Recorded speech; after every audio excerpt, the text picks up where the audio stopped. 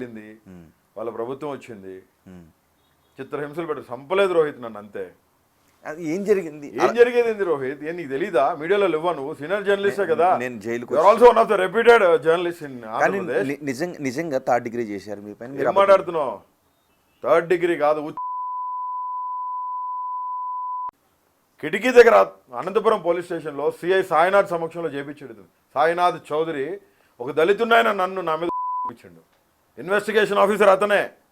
మొత్తం కేసులు మొత్తం అంతా ఆయన చూశాడు. కూడుబెట్ల కర్నూలులో కస్టడీకి తీసుకుపోయేటప్పుడు నోటీసులు సర్వ్ చేయాలా.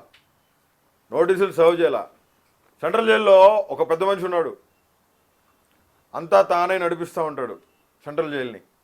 సూపరింటెండెంట్ ఏముండదు, డిప్యూటీ సూపరింటెండెంట్ ఏముండదు. ఆయన పేరు దుర్గా రమేష్. ఆయనకు కావాల్సిన లోపల ఖైదీలకు అన్నీ పోతూ ఉంటాయి లోపలికి. కస్టడీకి నోటీసులు ఇచ్చి పంపించాలనే ఒక గెస్టెడ్ ఆఫీసర్గా ఉన్న అతనికి తెలీదా? నోటీసులు ఇవ్వకుండా ఆల్ ఆఫ్ సడన్గా పోలీసులు వచ్చారు, నన్ను బయటికి తోశారు. ఆ వీడియోస్ ఆ రోజు జైల్ కెమెరాస్ తీపిస్తాం. ఖచ్చితంగా అఫిడవిట్ వేస్తున్నాం, పిటిషను ఎస్సీ కమిషన్లో వేస్తున్నాను, సుప్రీంకోర్టులో ఇచ్చున్నాము, ప్లస్ ఎన్హెచ్ఆర్సీలో కూడా ఇచ్చున్నాము. నా అడ్వకేట్స్కి నోటీసులు ఇవ్వలా నన్ను కస్టడీకి తీసుకుపోతున్నట్టు, without any intimation to my family members, to my legal counsel. వాళ్ళు నన్ను తీసుకుపోయి బయట నుంచి చేతులు కఫ్ చేసి చేతులు ఇట్లా పెట్టి ఏలాడి తీసుకుంటా 14 గంటలు. ఇట్లా ఎక్కడ? రాజమండ్రి సెంట్రల్ జైలు నుంచి కర్నూలు 3 టౌన్ పోలీస్ స్టేషన్ దాకా.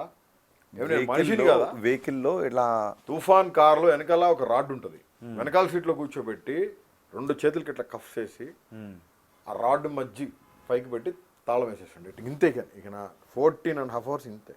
అది అది అది ఏ విధమైన భారత రాజ్యాంగంలో ఉంది ఆ రకంగా హింసించమని? కర్నూలు తీసుకుపోయినారు. ఒక దిమ్మ ఉంటుంది, ఆ దిమ్మ కూర్చోబెట్టి 2 కాళ్ళు చీల్చేసి 2 చేతులు పైకి లాగి వెనకాల నుంచి కొడుతుంటే పిడిగుద్దులు ఎట్లా ఉంటుంది జైల్లో లోపల. జగన్మోహన్ రెడ్డి గారి ప్రభుత్వంలో ప్రతి సెల్లో కెమెరాస్, ఆల్ ఓవర్ పోలీస్ స్టేషన్లో 6-7 కెమెరాస్ పెడతాం జరిగింది. ఆ రోజు కెమెరాస్ పనిచేసినాయి.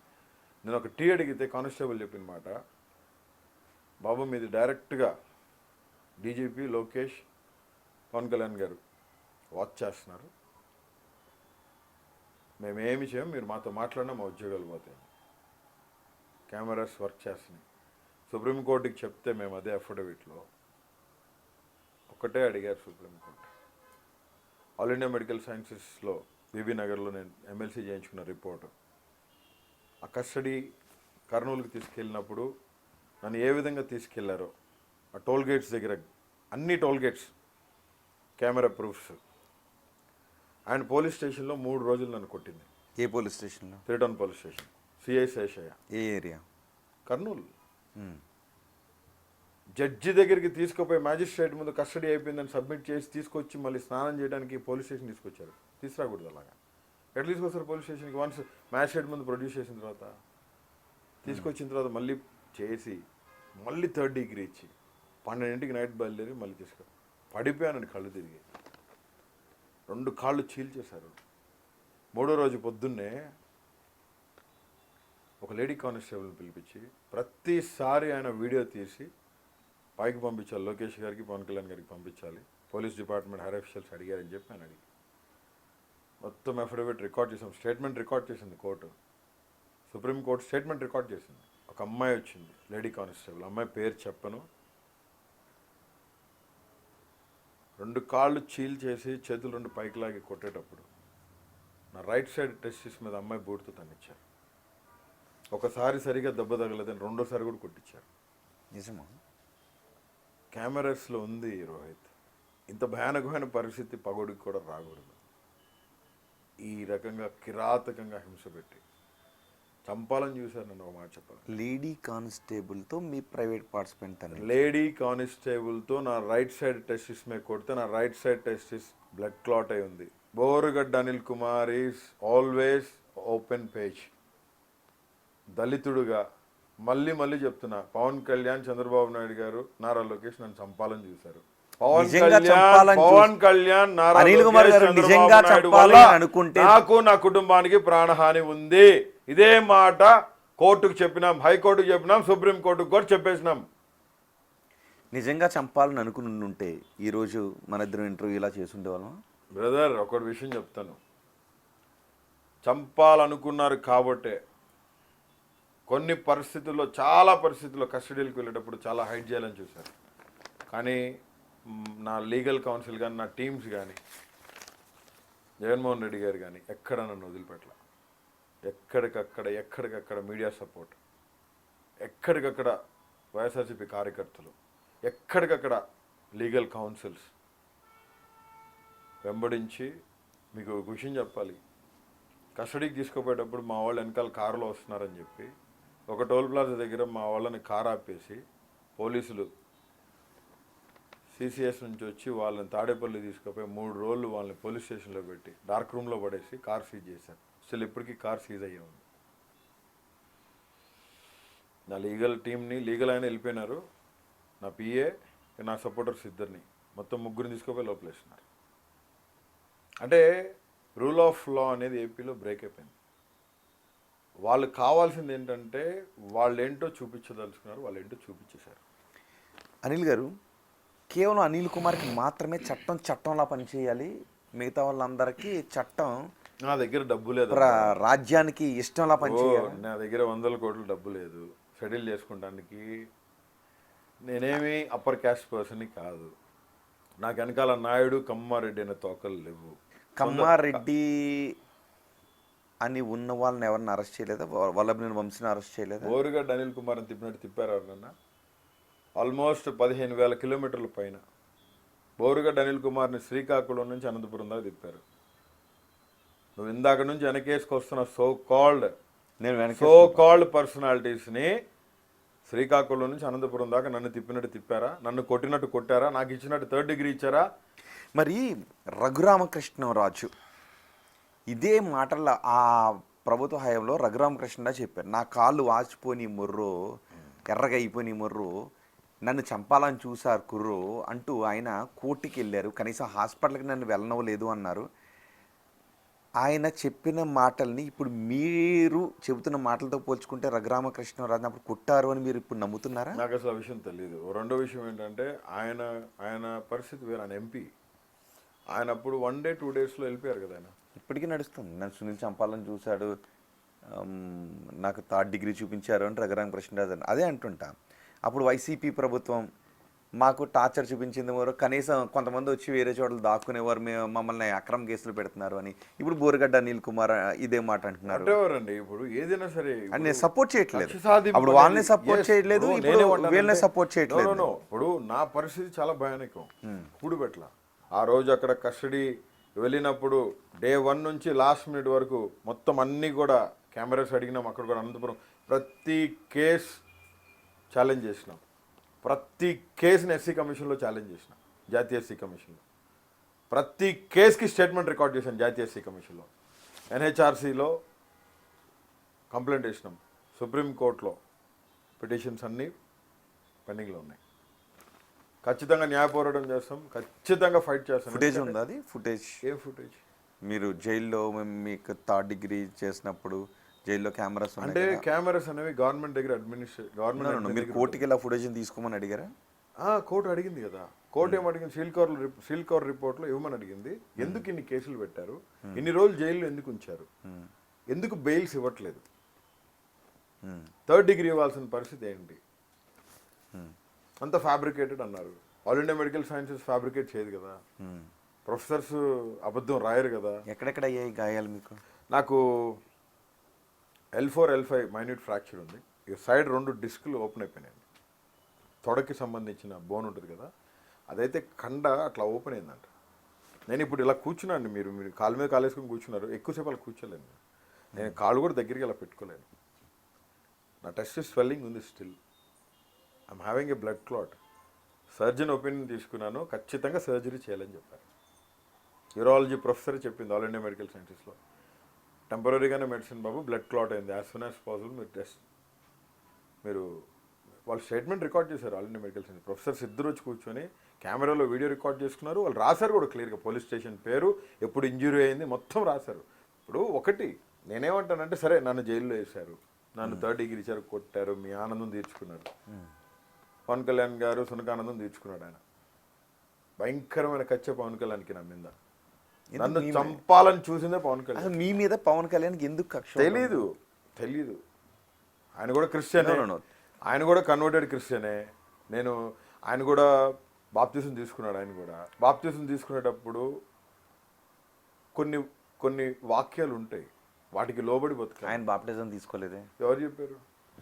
ఆయన బాప్తిజం తీసుకున్నారు, ఆయన బైబిల్ చదువుతారు, ఆయన మోకాళ్ళ మీద కూర్చొని ప్రార్థన కూడా చేసుకుంటారు. సో నేను ఆయన భార్య క్రిస్టియన్, నేను చెప్తున్నాను అన్నారు. పవన్ కళ్యాణ్ గారు బైబిల్ చదువుతారు. చదివితే తప్పేంటి? తప్పేమంటలేదు, నేను అదే చెప్తున్నా. మీరు కాదన్నారు, క్రిస్టియన్ కాదంటున్నారు కదా. క్రిస్టియనే బైబిల్ చదువుతాడా? అట్లా కాదు కదా. బాప్తిజం తీసుకున్నప్పుడు ఖచ్చితంగా రోజు ఒక అధ్యాయం చదవాలనేది ఉంటుంది. అసలు బైబిల్ ఏముందో తెలుసుకోవటానికి బైబిల్ చదవచ్చు. నేను భగవద్గీత చదువుతాను, నేను ఖురాన్ కూడా చదువుతాను. నేను భగవద్గీత చదువుతున్నాను, ఖురాన్ చదువుతాను, జైల్లో అన్ని చదివాను నేను. తప్పు కాదు. మీరు చదివితే తప్పు కాదు. పవన్ కళ్యాణ్ గారు క్రిస్టియన్ అవడం తప్పు అంటారా మీరు? ఆయన క్రిస్టియన్ కాదు. ఆయన బాప్తిజం తప్పని నేను అనట్లేదు. Once married to Christian girl ఖచ్చితంగా బాప్తిజం తీసుకోవాలి.